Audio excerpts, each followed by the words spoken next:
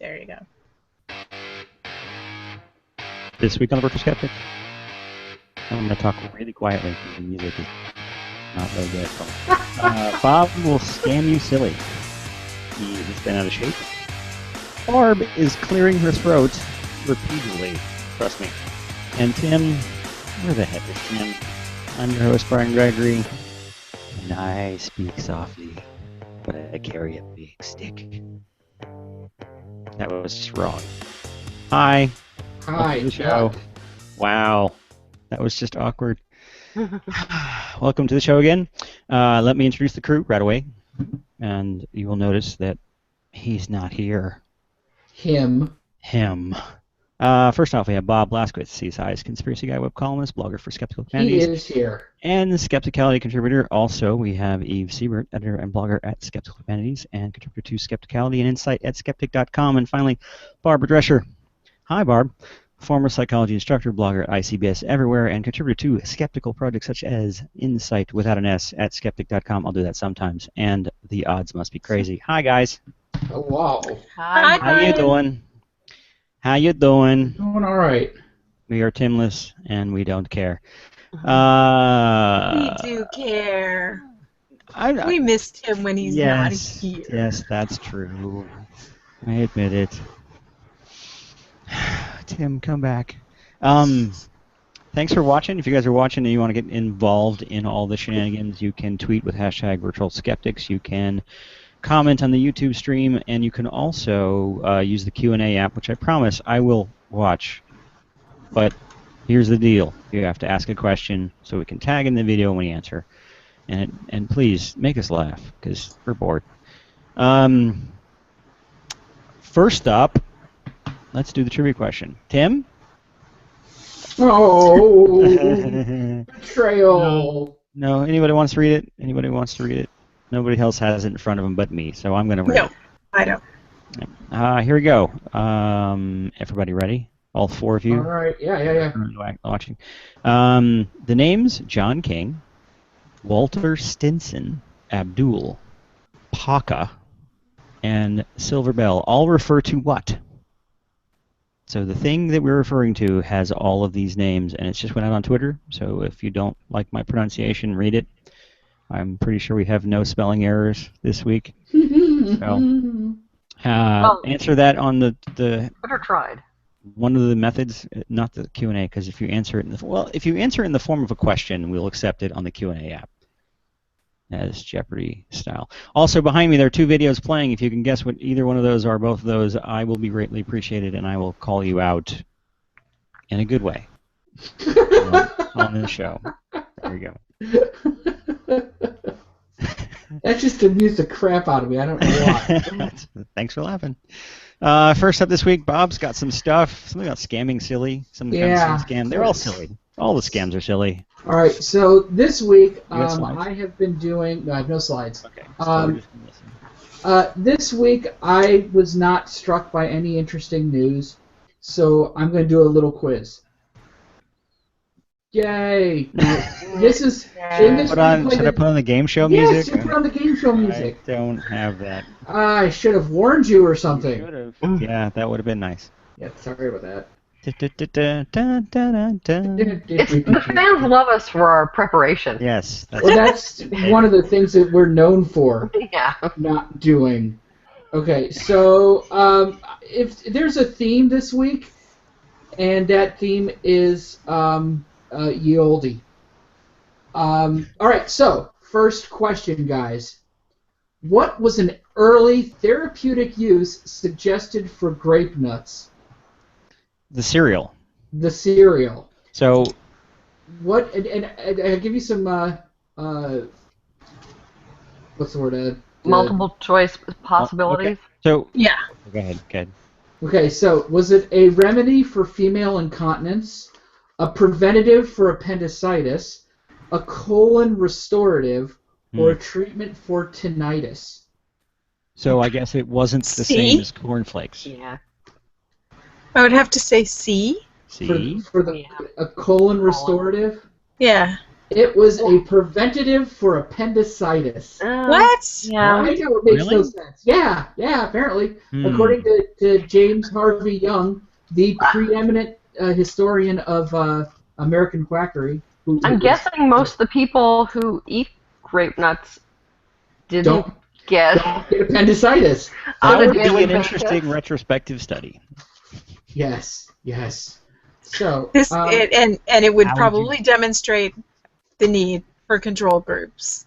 Pretty much. Pretty much, yes. That's what I was thinking. So that one kind of like I saw that the other night and thought I'm gonna have to remember that because I need to make use of that somewhere. Now I've used it and can forget it. Yes. Thank you for sharing that with us. All right. So my first thought was it was going to be the same thing as what was it? Cornflakes, which was to prevent masturbation. Is that what cornflakes were? What? Yeah. No, it wasn't. I don't think it was to prevent masturbation, but it was part of a no masturbating quasi-religious cult. Yes. In a sanitarium at Battle Creek, right? It was originally called Elijah's Manna. Really? I didn't know that. Yeah. Okay. That was the same paragraph as the appendicitis thing. Huh. Yeah. Wow. So anyway, whatever research book this is, I need to read it. Yeah. So when the insanely popular Louisiana state senator turned quack remedy impresario Dudley J. LeBlanc ran against Louisiana political boss Huey Kingfish Long, his hand-picked gubernatorial candidate, when he ran against Long's gubernatorial candidate, what was the Long camp's response? What did they do? Did they start a rival quack remedy? The Louisiana Bureau of Investigation raided the distillery where LeBlanc's nostrum was produced. Some of Long's boys forced LeBlanc to drink a whole bottle of Hadacol, which is what his remedy was called, or they had Father Charles Coughlin denounce LeBlanc, a known Creole, as a Jew. Last one. Yeah, I'm going to go with that one too. I'm going to go with the crowd. All right. I don't like to rock the boat. The Long Camp, in fact, started a rival quack remedy that they called Vitalong. Okay. Okay. I don't know. Well, okay, the idea behind Hadacol, which was Dudley LeBlanc's Uncle Dudley, I think they called him, or Cousin Dudley, I forget which one it was. Because apparently if you're Louisiana in the Depression, you have to have a cute fucking nickname. Was that he had all the vitamin D's in there. That was his. That's what made it, or was it B? I forget. Some sort of vitamin. Yeah, well, that's the idea. It was a vitamin drink with alcohol. Oh, so is it a alliterative vitamin drink? Of some sort. Yeah, so this Vitalong would probably be vitamins. That's my guess. So, all right. So, what is the earliest known use of the satisfaction or your money back sales pitch? Was it for Lydia Pinkham's Vegetable Compound in 1900? Was it Old 666 from 1741? There's a song about that. Was it Dr. William Judkin's patent-specific ointment from 1826, or was it Bumstead's worm paste? Bumstead's worm paste. You think? Just because I want to say it. Yeah, Bumstead's. What do you think? And I happen to know it's a real thing. I have no idea. I'm going to go with Lily the Pink, just because I like the song. Okay. You are all wrong again. Oh! It is Dr. William Judkin's patent-specific ointment. Was satisfaction, or I will send your money back. And what were you supposed to be satisfied with? What did it do? God knows. I sure don't. If you're gonna make a promise, you might as well make what you're promising. The vaguest promise you can. Yeah. Oh, absolutely. Yeah. And then this is the last one. Which of the following quack treatments never existed? Aunt Fanny's worm candy. I don't care if that existed or not. It needs to. I love it. I know it does. Aunt Fanny's worm candy. Oh God, Rubber. is that a British or an American? I don't know. Okay. Yeah. So Is it it was an Aunt or American. Aunt? It would have been American. So rubber prosthetic eardrum inserts. So you take this thing and you jam it in your ear because your eardrum's ruptured. Chemochromatic ultra-red ray filters. What the hell is What? that? What? Chemochromatic ultra-red ray filters. Yeah. Chemochromatic ultra-red ray filters. Duh. You had a hard time saying it too, man. It's true. Valens biodynamo prostatic normalizer. I'm gonna say the one Bob can't pronounce is real. Yes. That's true. Both of them. Yes. Dr. O'Donnell's nipple salve. Nipple salve. I'm gonna go with that one. I know is real, but I don't know if the name goes with it. So Yeah.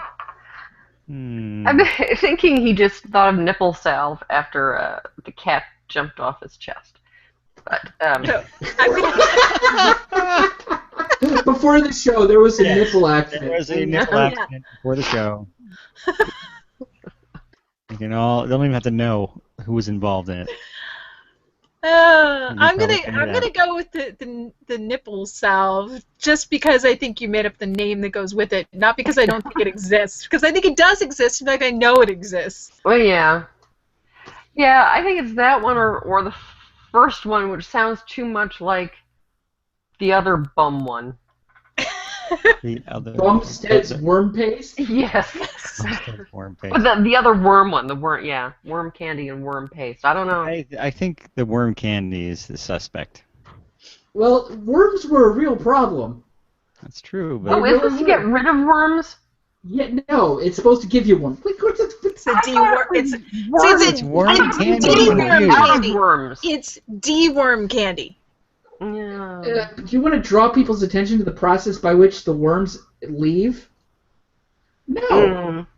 So it's worm candy, right? Yeah. Okay, no. The one that never existed was the nipple salve. Yeah, see, it does exist, though. Well, I'm sure it does. I think it's called Vaseline, honestly. No, they make it for breastfeeding. And also for cows. Do they? There is, that would make sense. It would. Wow. Since they breastfeed the world. Yeah. So, the chemochromatic ultra red ray filter. I have the description of it here. White claimed that his filter ray pad. This guy is George Starr White, who was he did things kind of like Albert Abrams, who was a electric quack. So he made doodads and gadgets that.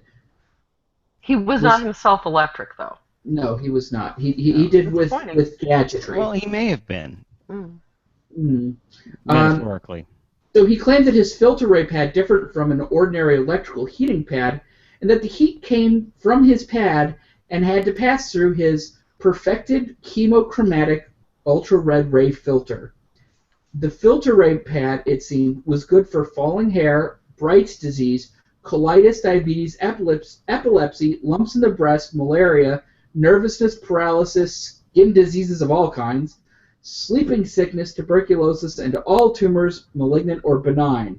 In fact, there was given an alphabetic list ranging from acne to X-ray burns of about 150 pathologic conditions that were alleged to have been benefited by the filter ray pad, or a heating pad. Thus ended Sounds the legit. lesson. Well, the biodynamo prostatic normalizer was apparently a, quote, large-size rectal dilator with a magnet in it. Because it's clearly that's needed. There. Something. Yeah. You sure that So- wasn't just a pleasuring device?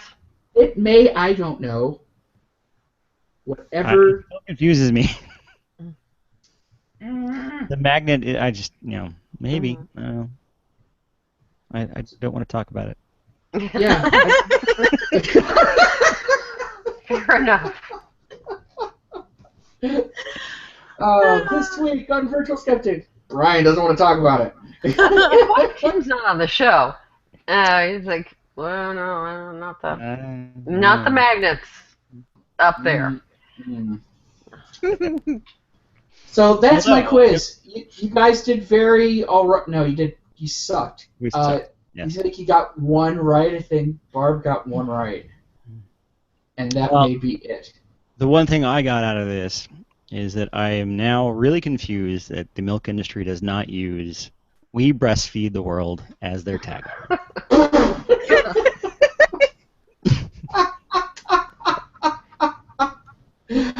Oh my gosh.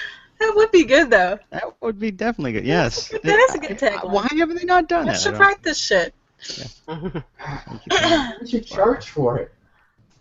I could be Certainly. a copywriter. Thank you, Bob. That was entertaining. I'm glad. I was amused. Next, Eve is bending out of shape. Yeah, well, I'm before... scared. Yeah, well, you should be. But before I break out the virtual skepticism on your asses, I want to tell you, just to admit a little bit of Watch out. something that's been going on, a little bit of family friction that's been going on in our household. You see, my cat Jessie, who's the thinkiest of our cats, has received a couple of advanced degrees from the prestigious Thunderwood College, Of course. and his little brother Gavin's gotten a little bit jealous. Mhm. And I'm sorry, Gavin, I said to him, you can't get a degree until you learn your name. And then he just looked around trying to figure out who I was talking to. As he does. Yeah, but then a while back, I was trying to go to sleep, and Gavin was kneading my legs with an enthusiasm that left quite a lot of blood on the sheets. And I realized how gifted he could be at acupuncture, and decided that he deserved a diploma, which if you could bring up the first slide. I got it. There we go. We're nameless cat since he doesn't know his name. Yeah. Yeah. But now I'm starting to wonder whether I sent him to the right Institute of Higher Learning. I think he could have excelled at the University of Alberta. Next one. So, I got a really professional. You gotta go between those two. There you go. There's the new one. Alberta. There you go. Some dude. Yeah. You see, a week ago, Timothy Caulfield, a professor of health law and science policy at the University of Alberta, Not a and I cat. think he also runs something like everything Gwyneth Paltrow says is wrong, something like that. Anyway, he saw and tweeted this poster. Next slide. Oh, fuck. Spoon bending and the power of the mind.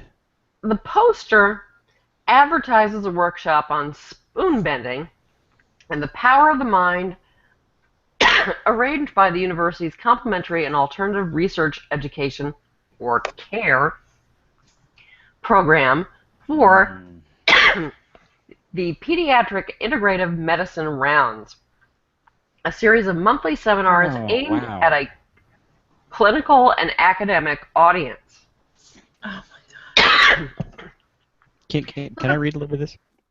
Well, okay, I was going Maybe. to... Oh, go ahead. Go. If you're going to include it, I was just going to. Yeah. The poster declares that God. most My head going to participants... explode. My head's going to explode. Yes, mine Oh, is. They want to tune me out for a while. Apparently, they're going to choke Yeah. to death. So. Yeah. The poster declares that most participants will successfully manage to bend spoons with the power of their minds, and states that typically 75% of participants manage to bend spoons. Cutlery, says the poster, will be provided. You did that But with your you're- mind. I did. My brain told my hand to do it. Yeah, that's Um, good. Cutlery, says the poster, will be provided, but you're welcome to bring your own. Participants are also invited to bring a bag lunch, but I would suggest you might want to eat first before you bend all your cutlery. In addition, topics such as the power of positivity, manifesting, Oh God, they're gonna manifest? and some quantum physics experiments will be discussed.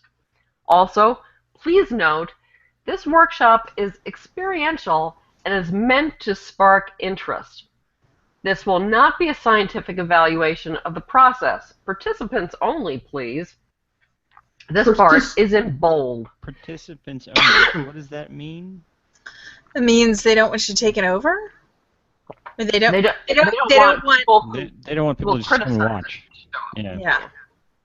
Yeah, they don't want people to criticize. Man, and I'm without my spoon. Yeah. The workshop was going to be presented by Anastasia Cutt, who has a... Hang on, this is important. She has a Bachelor's of Science from, wait for it, the University of Alberta. She majored, according to her website, Luminous Tranquility. I'm going to say that several more times. Her website is called Luminous Tranquility. Say it a third time so we know it's important. Luminous Tranquility. Tranquility. She majored in microbiology and immunology. Now let Brian say it, because he says it really cool. Okay. I'm laughing. I can't do it. Mm-hmm. Luminous Tranquility. Yeah. Well done. That's a little slutty. Or okay. Tiny Sleepiness. Yes, it was very slutty, actually. So she majored in microbiology and immunology, which are real things. She also has some other letters behind her name, CRA-RT, that don't, as far as I know, actually mean anything. Reiki, certified. Crazy. Yeah, she is a Reiki master and, wait for it, a certified trilotherapist. Trilotherapist. Now, trilotherapy, I have to Google this one. Do they use triangles for?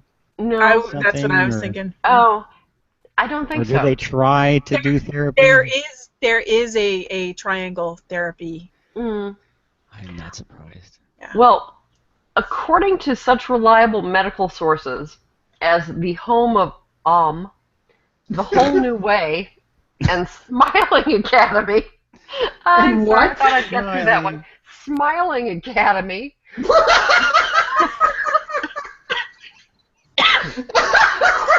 Oh my God. Smiling Academy. Trilotherapy was developed. Is that the one that's run by Braco? Is it Braco or Bracco? Is it Bracco? Who gives it? Oh, is that the story guy? Bracco the gazer. The gazer. Yes. But trilotherapy was developed by Zen master Nissim Ammon. Because you don't want somebody who's not a Zen master running your trilotherapy. Exactly. One place said it was a combination. You know, a Zen apprentice. A combination of Zen and amateur. Gestalt. Oh, yeah, because those things go together so well. And it does a lot of vague but positive things in some vague way. According to wholenewway.org, quote, it's a process that tackles not only one's immediate issues and problems, but all at once. So there you go. Immediate and all at once. Yeah. Not the same thing. Cutt's website, almost, which I will remind you is called, Brian? I don't remember. What is it again? Luminous Tranquility. Luminous Tranquility. Yeah. Her description of the spoon bending workshop is similar to the poster, but not exactly the same. The next slide. First, I suppose we should be glad that she didn't offer a tantric sex workshop for pediatric integrative with medicine spoons and cutlery. No. That's quite a combination. I mean, quite an offering there. Two completely different things. Second, all her enlightenment somehow hasn't taught her that you don't have to double space after periods anymore. Oh God, I hate that. Yeah, there's even a place where there's a line break and a space, and then a space at the beginning of the next line. Third, while 75% will bend the spoon, 50% will bend it in half.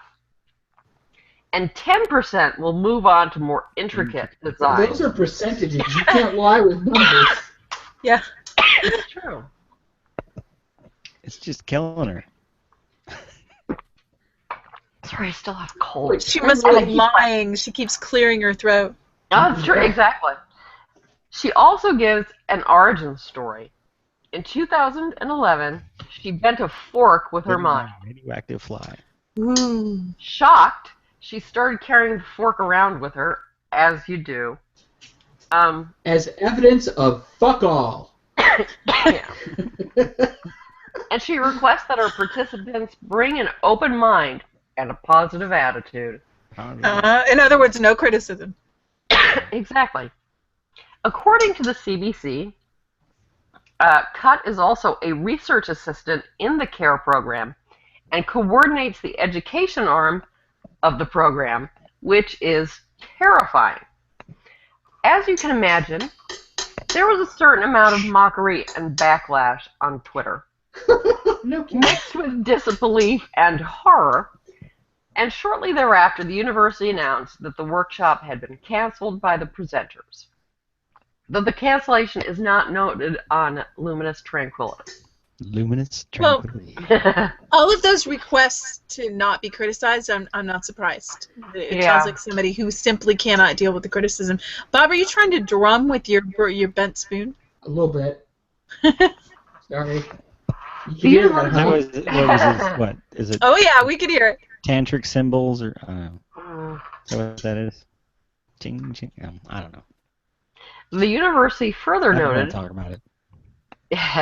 Pediatric integrative medicine rounds this month was going to address existing information about Reiki and other energy therapies, highlighting how and why patients and therapists use it for personal and professional health care, and acknowledging that there is a lack of evidence about how and how well it works.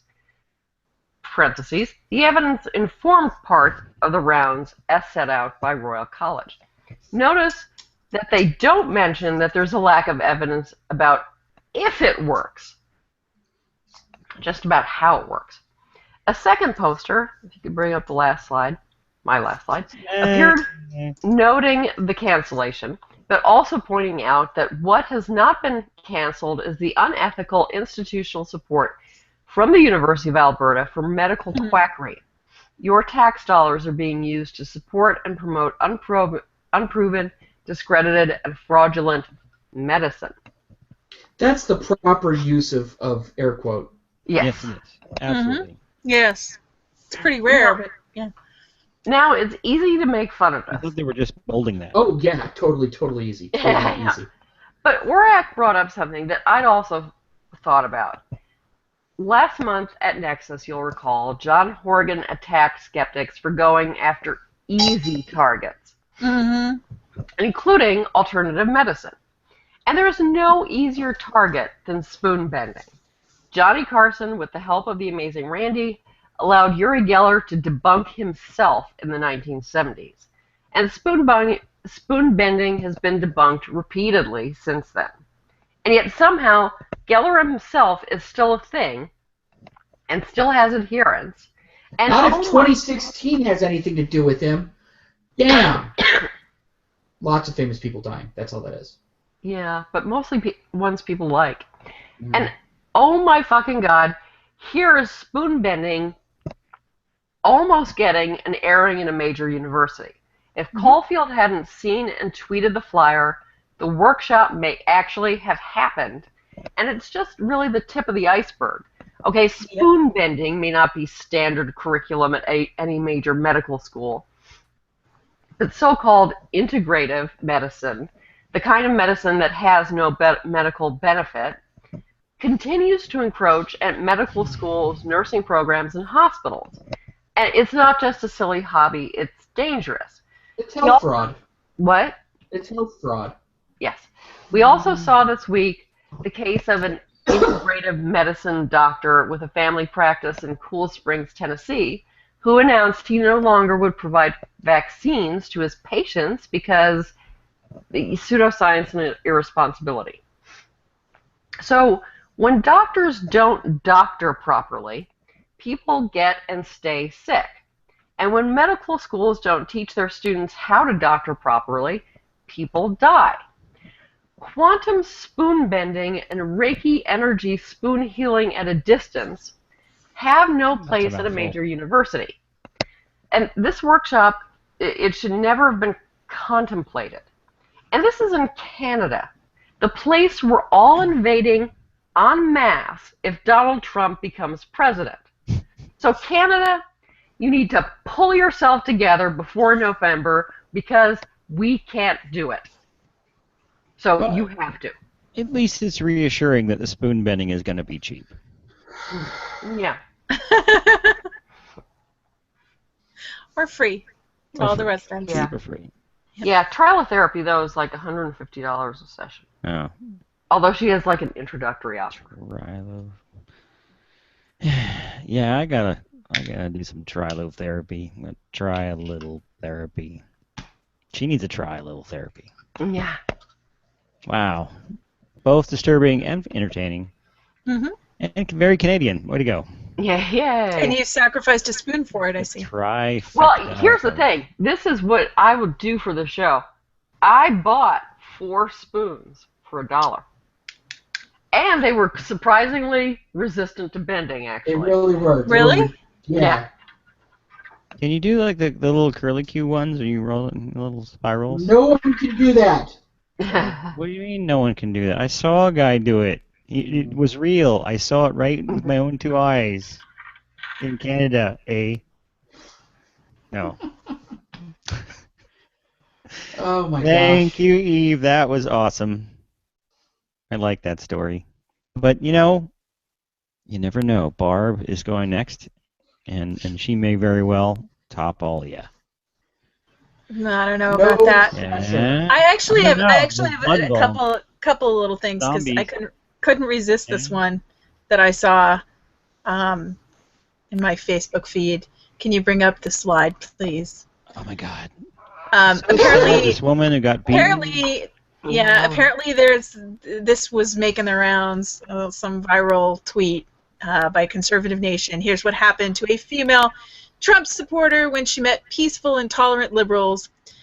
Unfortunately, if you bring up the next slide, that's not what happened. Yeah, the peaceful and tolerant liberals did her makeup. Yeah. Yeah. So, Bruce Campbell tweeted, check your facts, folks. This is an actress getting a makeup test for Ash versus the Evil Dead. That stuff just really...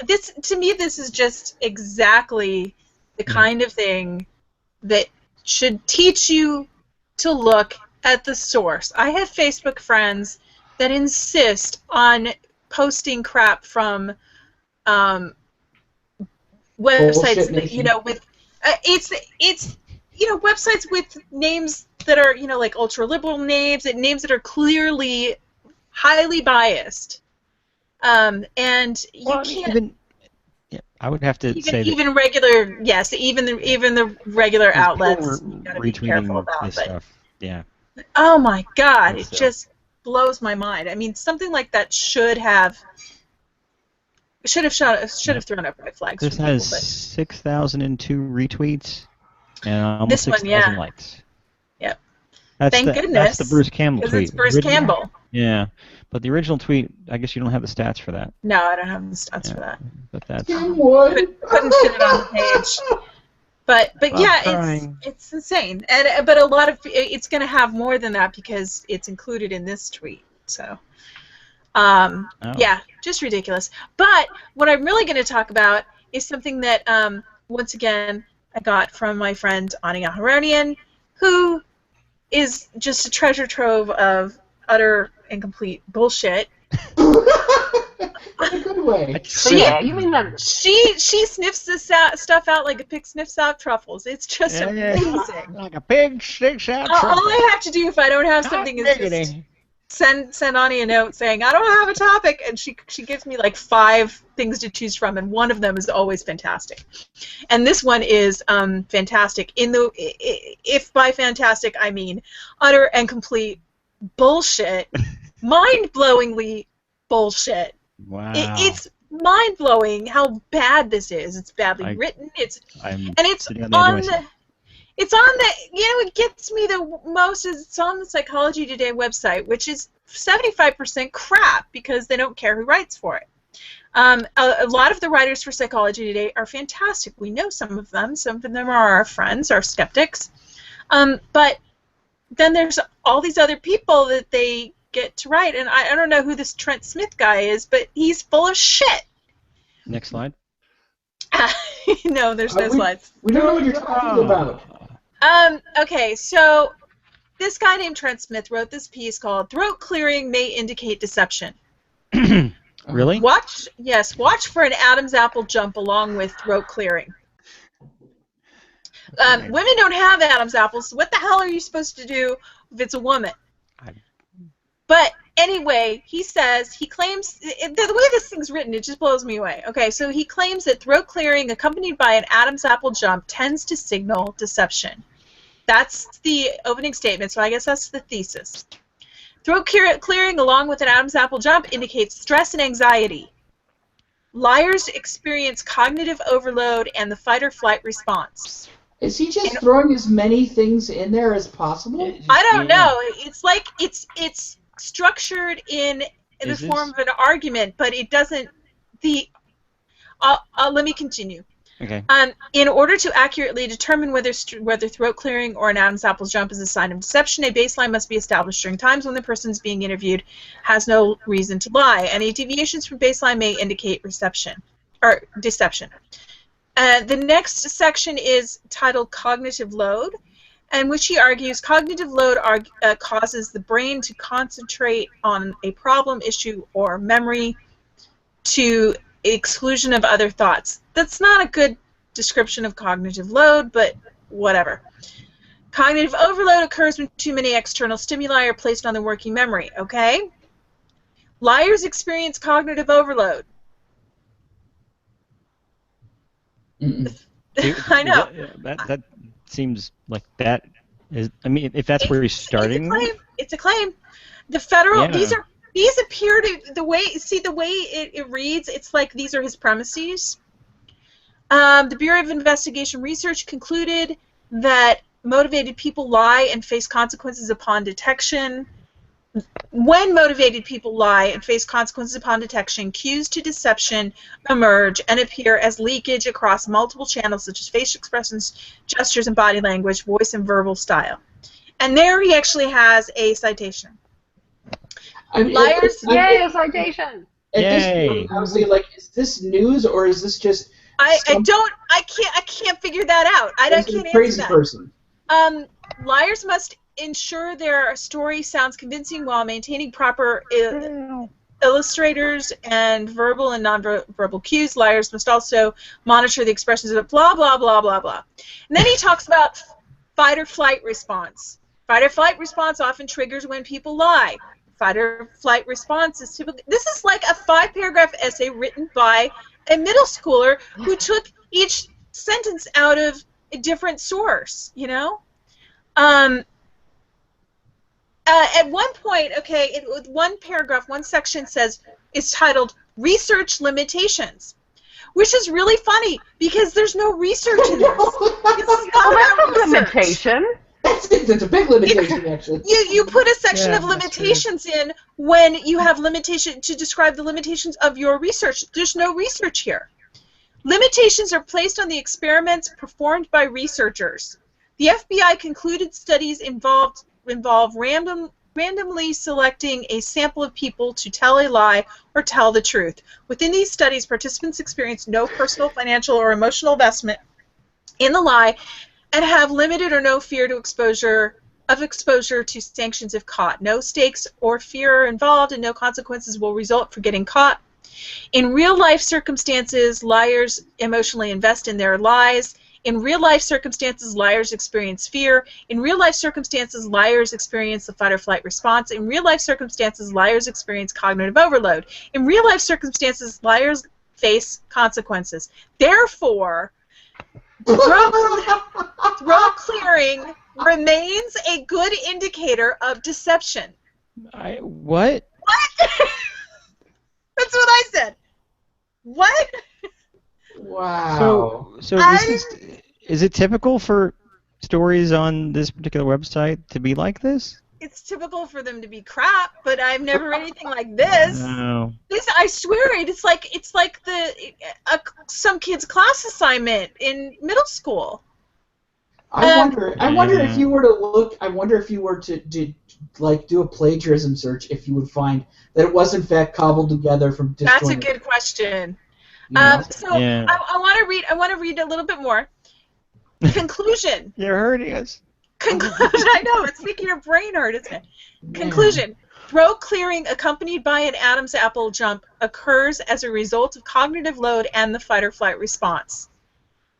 Liars the Adam's apple fleeing? I don't know. Liars tend to clear their throat due to the effects of cognitive overload and the fight-or-flight response. Therefore, throat clearing accompanied by an Adam's apple jump remains a good indicator of deception. This says. Wait. You have to hear the note. The note. The author of this post, because this was actually posted by somebody with a PhD. The author of this post was a student. From what college? I don't know. University of Alberta. No, it's not. Let me read this paragraph. The author of this post was a student in my spring 2016 police report writing class at Western Illinois University. He submitted the winning entry in the in-class best-written end-of-semester paper competition. The blog post was edited for content and formatting. What grade? This was the best they could freaking do in a police report writing class at Western Illinois University.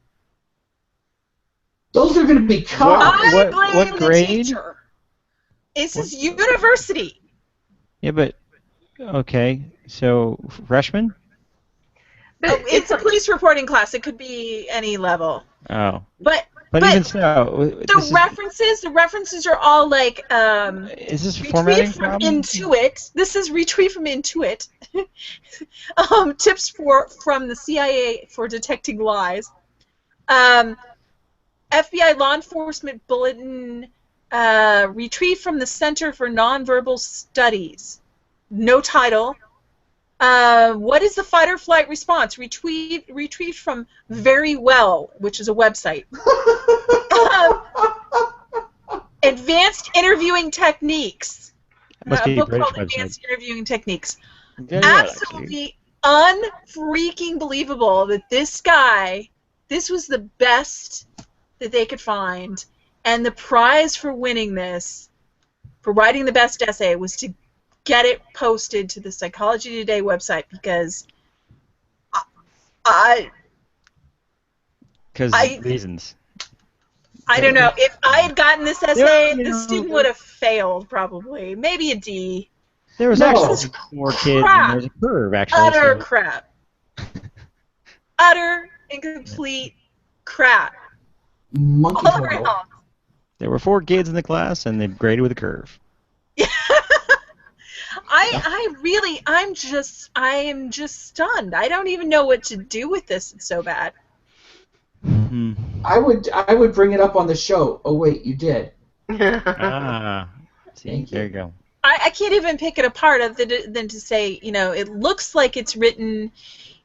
It looks like he's writing an argument, but the argument doesn't work. It just doesn't work, and.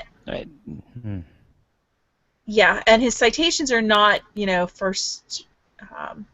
not primary sources. He doesn't make a good argument. It looks like, he's written some premises, and the sentences are simplistic, and I'm stunned.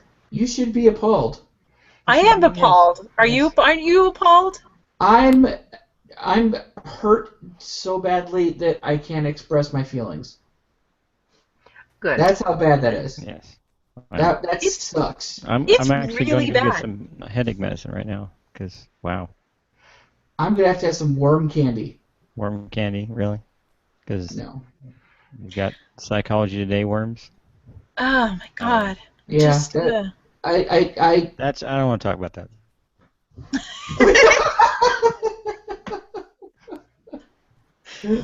Oh. Sorry. Too much cognitive load.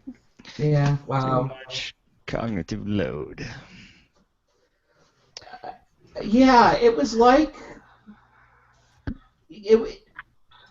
Yeah, you say it's like the argument doesn't work. It's structured like an argument. It was like, wow, grammatically correct sentences that have nothing to do with one another. Amazing. Right. You know, and they're all unsupported statements too.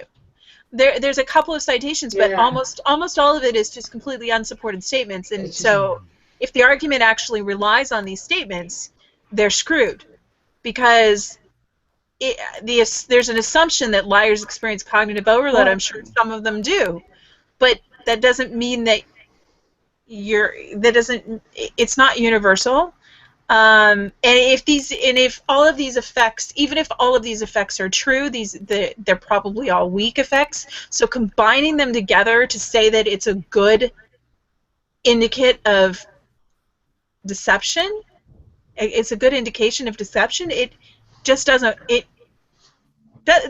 doesn't work that way. Psychology doesn't work that way. Yeah, you're allowed to build up elaborate theories out of your ass. You're allowed to build up elaborate theories out of your ass, yes. But you're not allowed to rely on those conclusions. What? No, I didn't hear that. I was talking over you. The timing's lost now. But go ahead, Bob. Say it again. I'm done. What? No, you said you're allowed to build up elaborate arguments out of your ass, and I said at least not with magnets. Very good. Good. Yeah, Barbara to giggle on that one. Ew. Ew. Anyway, I was very callback joke. Apparently, I'm echoing. Corey says I'm echoing. Sorry. Yeah. A little bit, but there's nothing we can do about it. I'm glad I'm not alone and just being completely appalled by that. Thank you for giving us all headaches, because that's. How long was it? How long was the article? It's pretty short, but it's pretty short. You can read it. I read most of it. Yeah. Do you think it's possible, and this is a real stretch because I haven't looked at it, I don't know what the format is, that it's something that maybe there were annotations that got lost because they got translated into web stuff, or, I mean, it's not even structured well enough to give that possibility? No. No, it's not. It's lost in the format. Okay. No. So then my headache is justified. Yes. Thank you, Barbara, for making us all suffer. Oh, you're so welcome. I just like, company. Yay. Wow.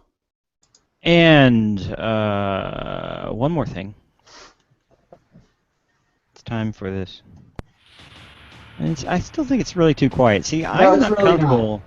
I'm not comfortable unless the music is so loud that I can't hear myself.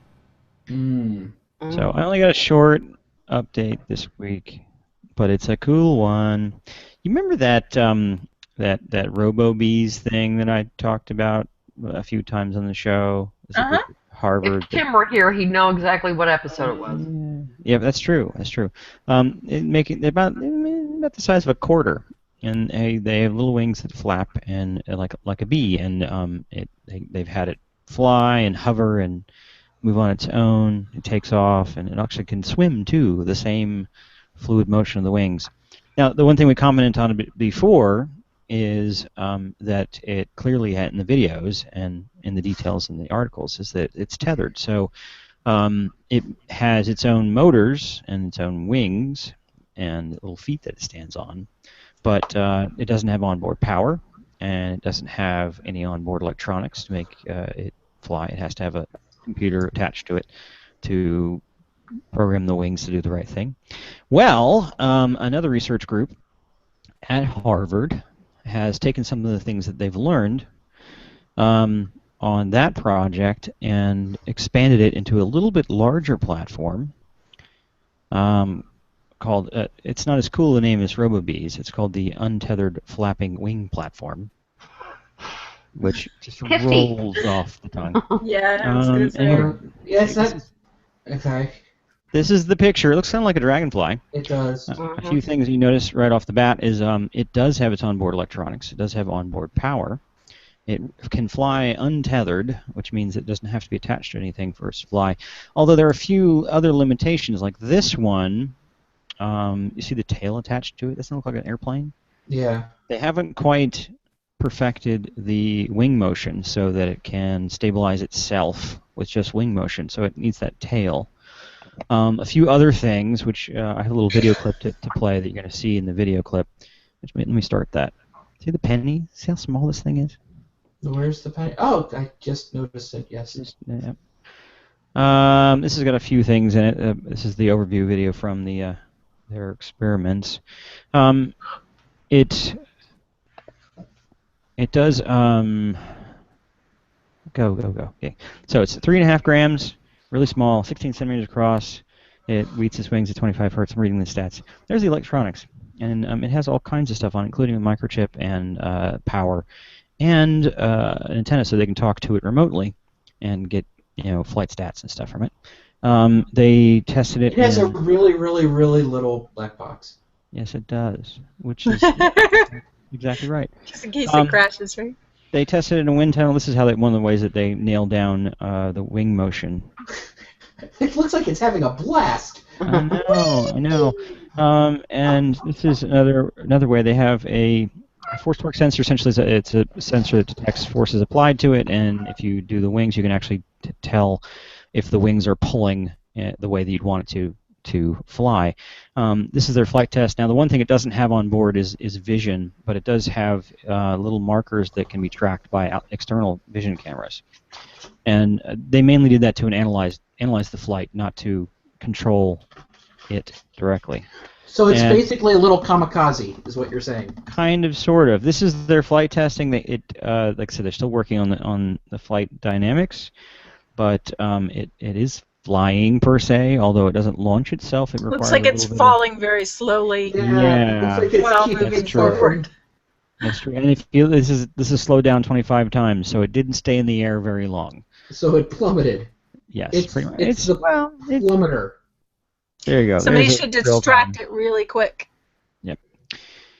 So they're getting there. I mean, the advantage of this platform is it does have a lot of stuff on board.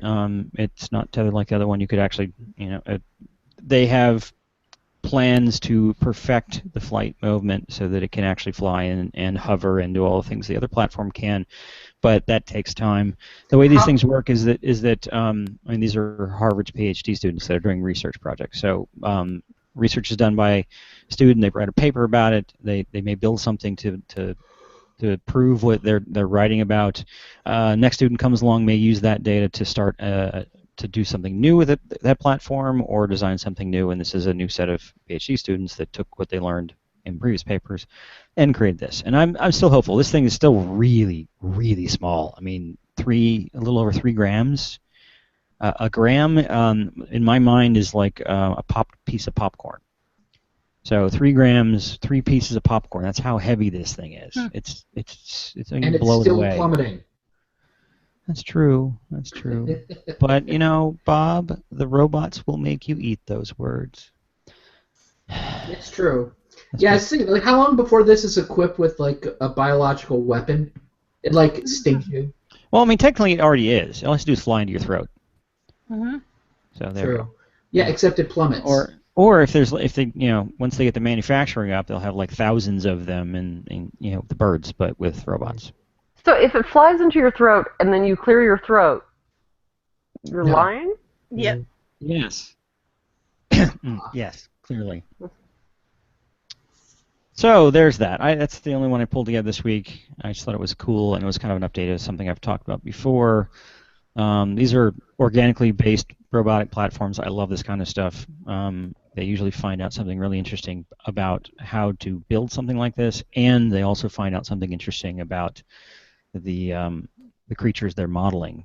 as well, because it kind of works both ways. Yeah, there's I think we've talked about this before, but there's a lab at Georgia Tech where that's basically what they do. They look at locomotion of all these different critters, and they film them in super slow-mo to figure out where the force is and how they're propelling themselves and neat stuff. There's quite a few groups and commercial and research that are working on various kinds of things like this inspired by animals, and it's very cool. And I can't wait to see what's next. That's it. That's all I got. Any questions on the Twitters? I don't see anything. I see some interesting comments. There's one over here on YouTube. Arg!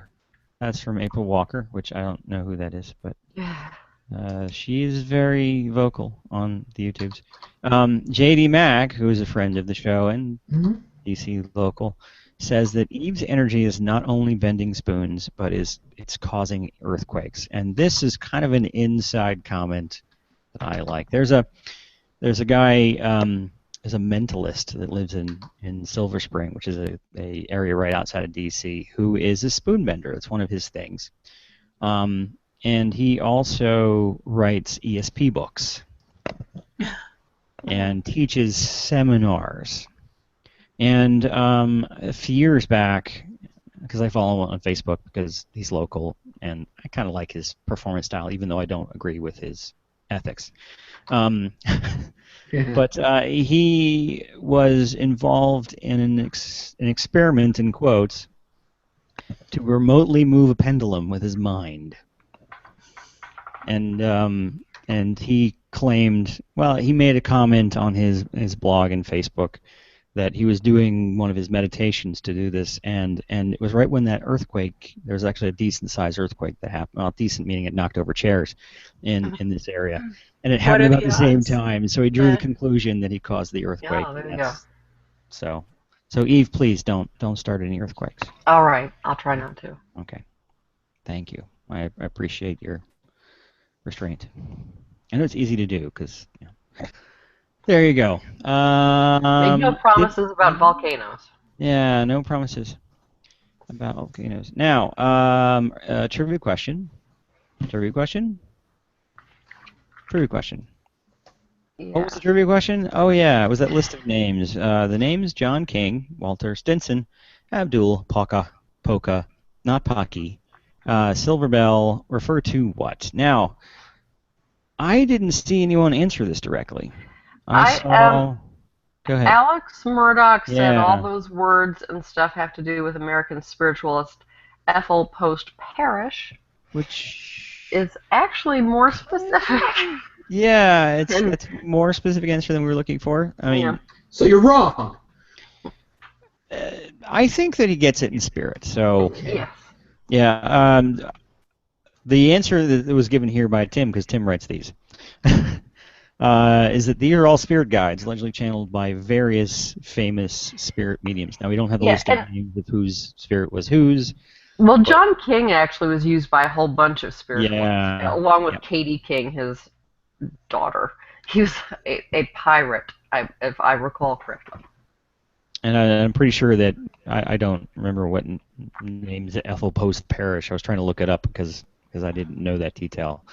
But I'm sure that one of those was used by, I'm assuming her, but that's because I think Ethel's the female name, which is a bias, and I apologize for that. But it's probably her, isn't it? Mm-hmm. So it's not bias if it's true? No, that's not how it works. Mm-hmm. So thanks, Alex Murdoch. You get, bing, 1 point. Write it down. Keep track. We'll get back to it later. And he also guessed one of the movies behind me. The left movie, yes, it's the trailer for X-Men Apocalypse, which just came out 2 weeks ago. I don't even know. I saw it. I enjoyed it. I wouldn't say it's a good movie, but I enjoyed it.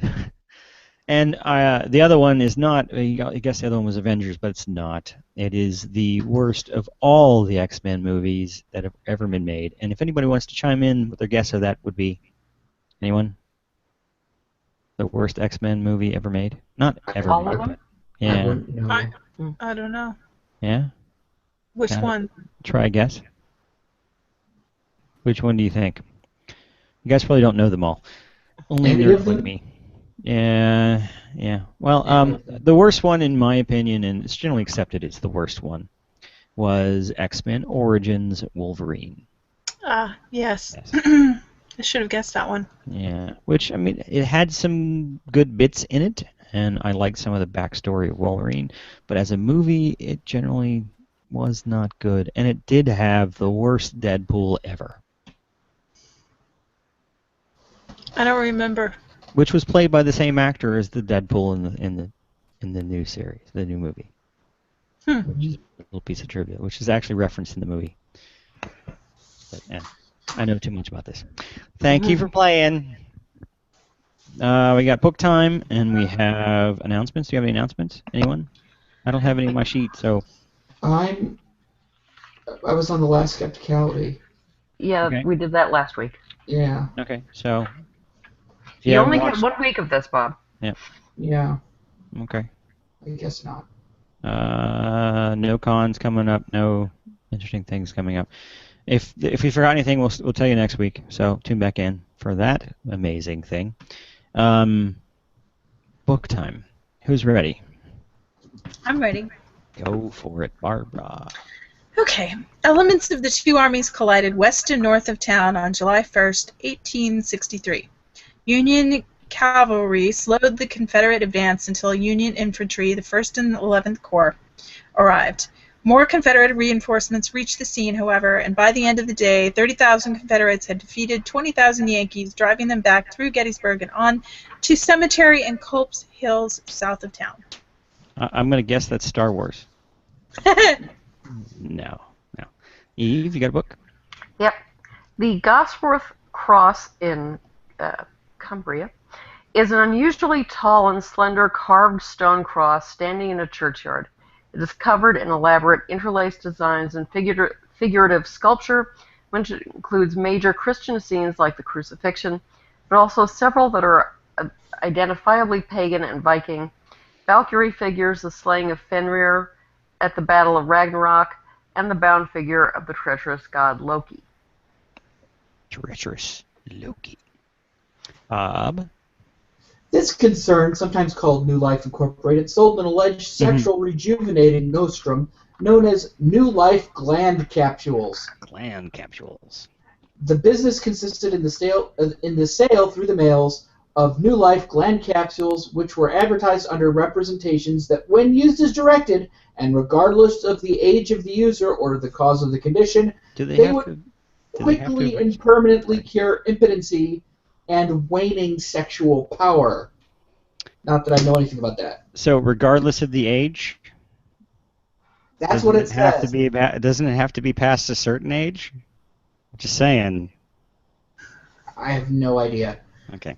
At least in peacetime, nobody goes to sea on a ship expecting it to sink. In fact, two of the most significant sinkings in modern history occurred on vessels designed to inspire confidence.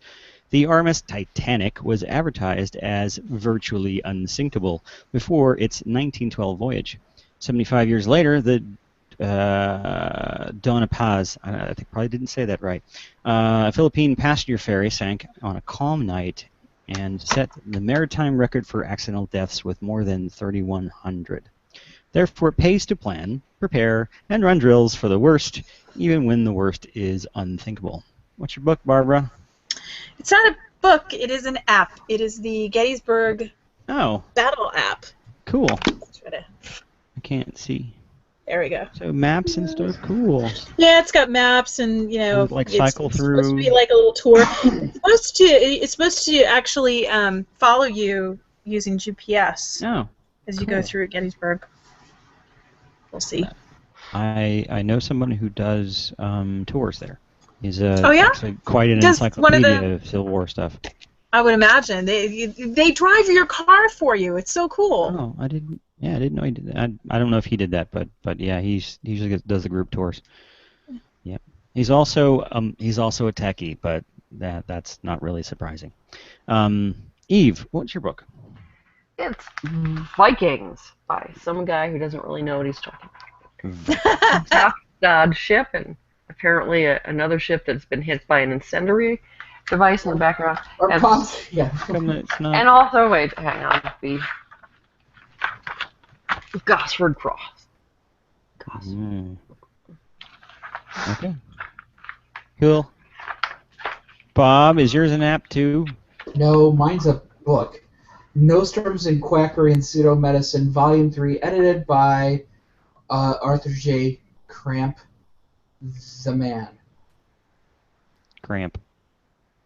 He is really interesting.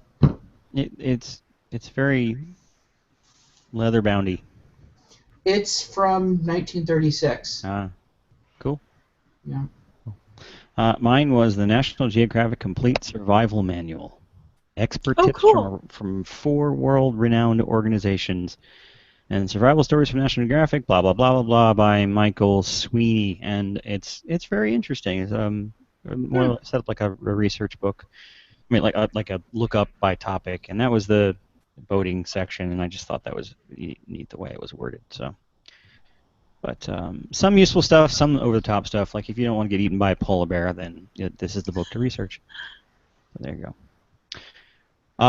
Is that everything? That's all the stuff. That's all the things, and also all of the shit. So, thank you all for watching. We're gonna put the logo up, and now is the time in which we dance. I still don't think it's loud enough. No, it's fine. I can't headbang to this. Turn it up! Virtual Skeptics is an independent production of whatstheharm.net, Skeptic Humanities, myself, ICDS Everywhere, and Balfour News. The logo was designed by Sarah Mayhew at sarahmayhew.com, and our theme music is by Music Inc. and This is my dancing.